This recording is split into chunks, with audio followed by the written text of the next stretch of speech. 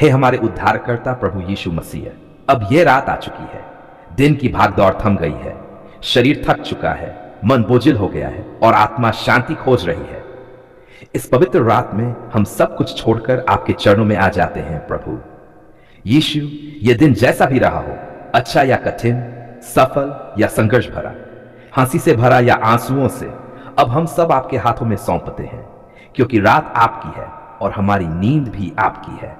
हे प्रभु, आज जो कुछ हमने किया, जो कुछ कहा, जो कुछ सोचा, अगर उसमें कोई कमी रही हो, अगर हमने किसी को दुख पहुंचाया हो, अगर हमने आपकी इच्छा के विरुद्ध कुछ किया हो, तो इस रात दया के साथ हमें क्षमा कीजिए, अपने अनमोल लहू से हमें शुद्ध कीजिए और हमें हल्का कर दीजिए प्रभु यीशु मसीह। जब अंधेरा बढ़ता है तो डर भी बढ़ने लगता है, सोचें दौड़ने लगती हैं, भविष्य के सवाल घेर लेते हैं।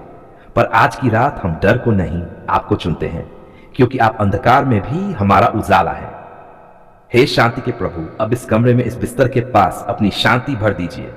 ऐसी शांति जो मन को थाम ले, ऐसी शांति जो दिल को सुला दे, ऐसी शांति जो आत्मा को आराम दे। प्रभु, जो आज थक गए हैं, जो बोझ से दबे हैं, जो हिम्मत हार चुके हैं, जो अंदर से टूट चुके हैं, उनके सिर पर अपना प्रेमी हाथ रख दीजिए और कहिए, मेरे बच्चे विश्राम कर, मैं जाग रहा हूं। यीशु, हम इस रात अपने परिवारों को आपके हाथों में सौंपते हैं। माता पिता, पति पत्नी, बच्चे, बुजुर्ग, सब पर आपकी सुरक्षा बनी रहे। कोई बुरी खबर, कोई दुर्घटना, कोई अनहोनी हमारे पास ना आए। हे प्रभु, अपने स्वर्गदूतों को आज्ञा दीजिए कि वे हमारे चारों ओर घेरा डालें, दरवाजों पर, खिड़कियों पर, छतों पर, हर कोने में, ताकि ये घर पूरी रात सुरक्षित रहे। यीशु मसीह, जो लोग इस समय बीमार हैं, दर्द में हैं, अस्पतालों में हैं या बिस्तर पर करवटें बदल रहे हैं, इस रात आप उनके पास जाइए, उनकी सांसों को छुइए, उनके दर्द को शांत कीजिए और उन्हें गहरी नींद दीजिए। हे महान चिकित्सक, जहां दवाएं असर नहीं कर रही, जहां रिपोर्ट्स डराती हैं, जहां जवाब खत्म हो गए हैं, वहीं से आपकी सामर्थ्य शुरू होती है। इसलिए प्रभु, इस रात चंगाई बहा दीजिए यीशु के नाम में। प्रभु, जो लोग नींद नहीं ले पाते, जिनकी आंखों में नींद नहीं, जिनका मन बेचैन है, जो रात में ज्यादा सोचते हैं, उनके विचारों को आज शांत कर दीजिए, उनके दिमाग को आराम दीजिए और उन्हें मीठी नींद दीजिए। यीशु, अगर कोई डर है, बुरे सपने हैं, अजीब बेचैनी है, तो इस रात अपने नाम की सामर्थ्य से हर डर को दूर भगा दीजिए, क्योंकि जहां आप हैं वहां डर टिक नहीं सकता। हे प्रभु, हम आज का दिन धन्यवाद के साथ समाप्त करते हैं, हर रोटी के लिए, हर सांस के लिए, हर सुरक्षा के लिए, हर उस बात के लिए जिसे हम समझ नहीं पाए पर आपने संभाल लिया। यीशु मसीह, हम कल की चिंता आज की रात में नहीं लाना चाहते, हम भविष्य के बोझ अपने दिल पर नहीं रखना चाहते। हम सब कुछ आपको सौंप देते हैं, क्योंकि हमारा कल आपके हाथों में सुरक्षित है। प्रभु, अगर कल कोई परीक्षा है, कोई इंटरव्यू है, कोई कठिन निर्णय है, कोई नया कदम है, तो आज की रात हमें मानसिक शांति दीजिए और कल के लिए हमें तैयार कीजिए। हे प्रभु यीशु, जो लोग अकेले सो रहे हैं, जो खुद को अकेला महसूस कर रहे हैं, जो कहते हैं कोई मेरा नहीं, आज उन्हें यह एहसास दिलाए कि आप उनके साथ हैं, इस कमरे में, इस पल में, इसी समय। यीशु, जो बच्चे सो रहे हैं, उनकी नींद को सुरक्षित रखिए, उन्हें डर से बचाए, उन्हें बुरे सपनों से बचाए, उनके दिलों में अपनी मासूम शांति भर दीजिए। हे स्वर्गीय पिता, इस रात हमारे मन को शुद्ध कीजिए, हमारी आत्मा को तरोताजा कीजिए, ताकि जब सुबह हो तो हम नए बल के साथ उठें, नई आशा के साथ उठें और आपके नाम की महिमा करें। प्रभु यीशु, हम ये घोषणा करते हैं, ये रात शांति की रात है, ये रात सुरक्षा की रात है, ये रात चंगाई की रात है, ये रात विश्राम की रात है, क्योंकि हमारे साथ जीवित परमेश्वर है। हे प्रभु, अगर इस प्रार्थना को पढ़ने वाला या सुनने वाला किसी भारी परिस्थिति से गुजर रहा है, तो आप स्वयं उसके दिल से बात कीजिए, उसे भरोसा दीजिए और कहिए, डर मत, मैं तेरे साथ हूं। यीशु मसीह, अब हम अपने शरीर को आराम देते हैं, अपने मन को शांत करते हैं और अपनी आत्मा को आपकी गोद में सुला देते हैं।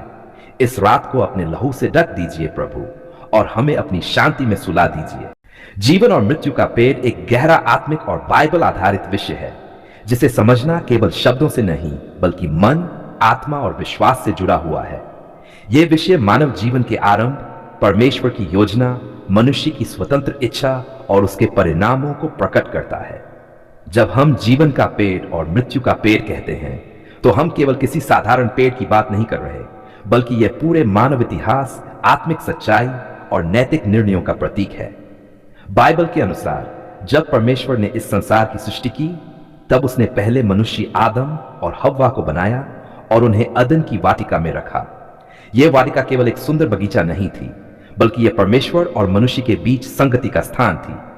वहां सब कुछ उत्तम था, शांति थी, कोई भय नहीं था, कोई बीमारी नहीं थी और कोई मृत्यु नहीं थी। उसी वाटिका में परमेश्वर ने दो विशेष पेड़ लगाए थे, एक जीवन का पेड़ और दूसरा भले और बुरे के ज्ञान का पेड़, जिसे सामान्य रूप से मृत्यु का पेड़ भी कहा जाता है। जीवन का पेड़ उस जीवन का प्रतीक है जो परमेश्वर से आता है। यह केवल शारीरिक जीवन नहीं, बल्कि अनंत जीवन, आत्मिक जीवन और परमेश्वर के साथ निरंतर संगति का चिन्ह है। जीवन का पेड़ यह दिखाता है कि सच्चा जीवन मनुष्य की बुद्धि, ताकत या मेहनत से नहीं, बल्कि परमेश्वर की आज्ञा मानने और उसके साथ जुड़े रहने से मिलता है। जब मनुष्य जीवन के पेड़ से खाता है और तो इसका अर्थ है कि वह परमेश्वर पर भरोसा करता है, उसकी इच्छा में चलता है और उसी पर निर्भर रहता है। जीवन का पेड़ हमें यह सिखाता है कि परमेश्वर जीवन का स्रोत है। जैसे पेड़ से फल मिलता है और फल से जीवन का पोषण होता है, वैसे ही परमेश्वर से जुड़कर मनुष्य का जीवन फलदायी होता है। इस पेड़ का फल कभी समाप्त नहीं होता, यह थकाता नहीं, यह निराश नहीं करता, बल्कि यह जीवन, शांति, आनंद और आशा देता है। यही कारण है कि बाइबल के अंतिम भाग प्रकाशित वाक्य की पुस्तक में भी जीवन के पेड़ का उल्लेख मिलता है, जहां कहा गया है कि स्वर्ग में फिर से जीवन का पेड़ होगा और उसके पत्ते जातियों के चंगे होने के लिए होंगे। इसका अर्थ यह है कि जो लोग परमेश्वर के साथ अनंत जीवन में प्रवेश करते हैं, वे जीवन के पेड़ के फल का आनंद लेते रहेंगे। अब दूसरी ओर आता है वह पेड़ जिसे भले और बुरे के ज्ञान का पेड़ कहा जाता है और जिसे आत्मिक अर्थ में मृत्यु का पेड़ कहा जा सकता है। यह पेड़ अपने आप में बुरा नहीं था, क्योंकि परमेश्वर की बनाई कोई भी वस्तु बुरी नहीं होती, लेकिन इस पेड़ के साथ एक आज्ञा जुड़ी हुई थी। परमेश्वर ने मनुष्य से कहा था कि वह इस पेड़ का फल न खाए, क्योंकि जिस दिन वह इसे खाएगा वह निश्चित ही मर जाएगा। यहां मृत्यु का अर्थ केवल शारीरिक मृत्यु नहीं, बल्कि आत्मिक मृत्यु भी है, यानी परमेश्वर से अलगाव। मृत्यु का पेड़ मनुष्य की स्वतंत्र इच्छा और अवज्ञा का प्रतीक है। परमेश्वर ने मनुष्य को रोबोट की तरह नहीं बनाया था, बल्कि उसे चुनने की स्वतंत्रता दी थी। जीवन का पेड़ यह दिखाता है कि परमेश्वर का मार्ग क्या है, और मृत्यु का पेड़ यह दिखाता है कि मनुष्य की अपनी इच्छा क्या है। जब मनुष्य परमेश्वर की आज्ञा के विरुद्ध जाकर अपने जान, अपने निर्णय और अपने अहंकार पर भरोसा करता है, तब वह मृत्यु के पेड़ की ओर बढ़ता है।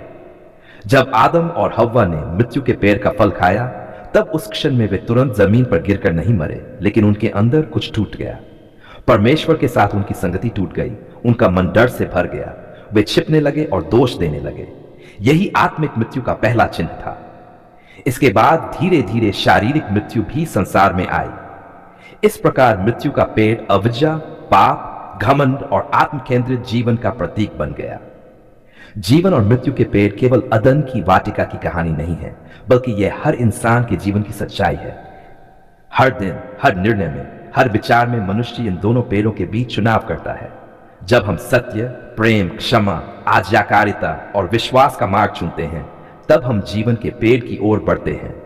और जब हम झूठ, घृणा, अहंकार, स्वार्थ और अविद्या को चुनते हैं, तब हम मृत्यु के पेड़ की ओर बढ़ते हैं।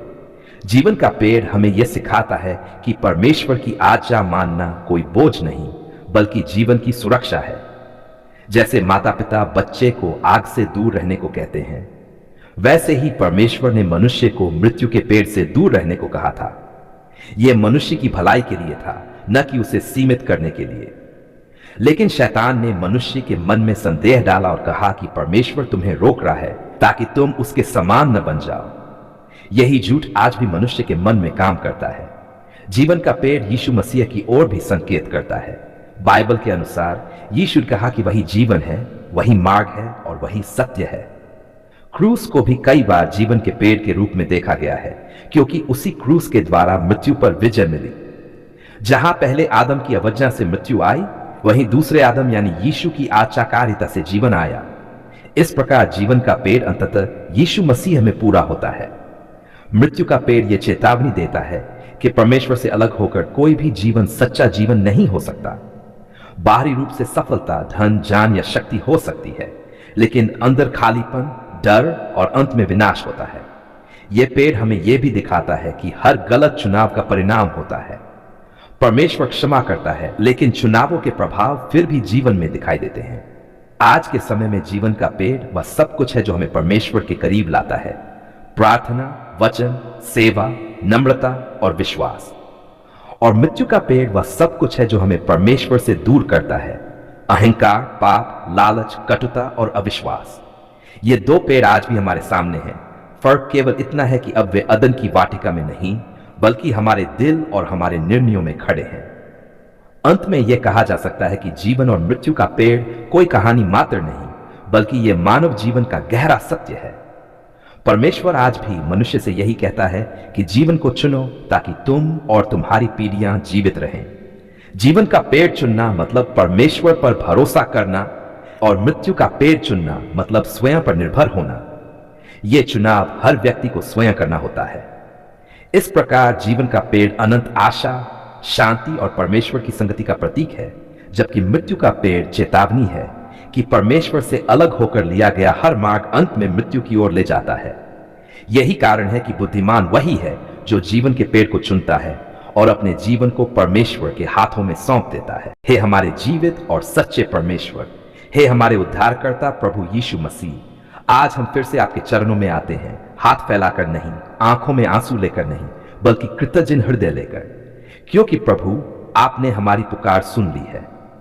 हां प्रभु, वह पुकार जो शब्दों में नहीं थी, वह आह जो किसी ने नहीं सुनी, वह दर्द जो दिल के अंदर दबा हुआ था, वह रातें जब हम अकेले रोए, वह पल जब हम टूट चुके थे।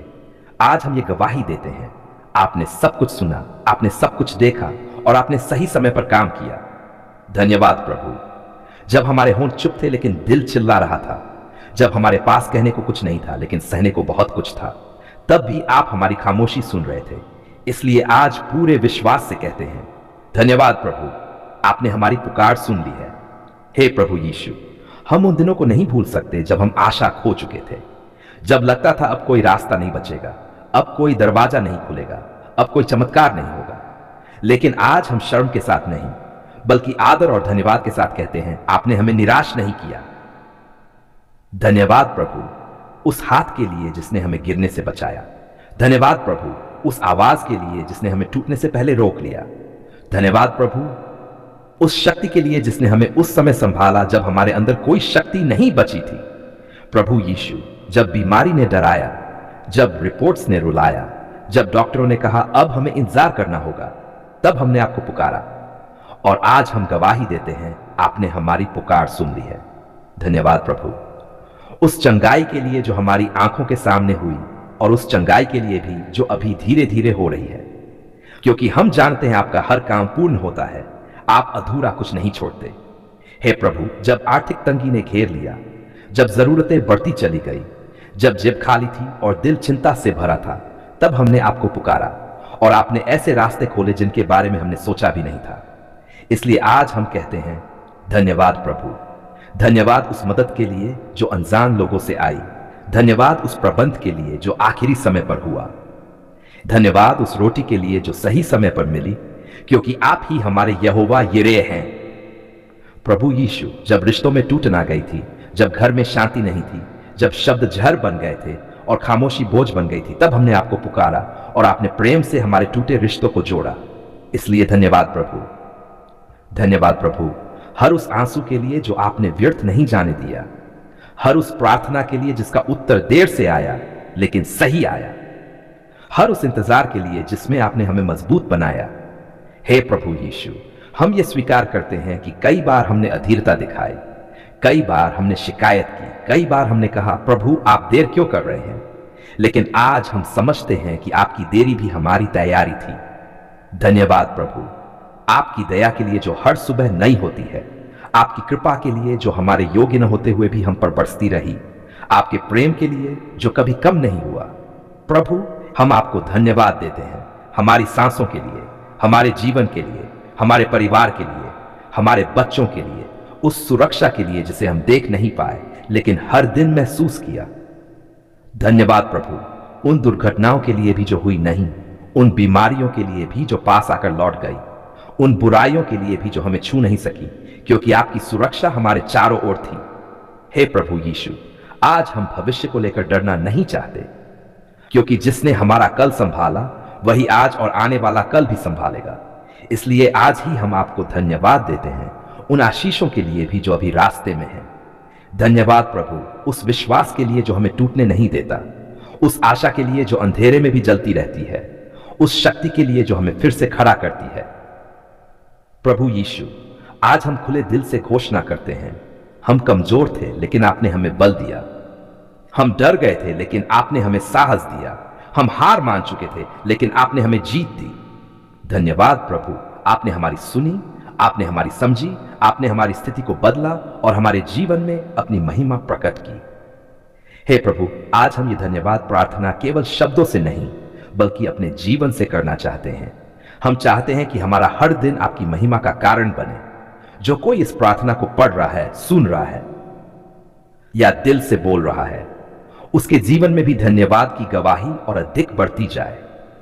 हे प्रभु यीशु, हम एक बार फिर पूरे हृदय से कहते हैं, धन्यवाद प्रभु, धन्यवाद प्रभु, धन्यवाद प्रभु, आपने हमारी पुकार सुन ली है।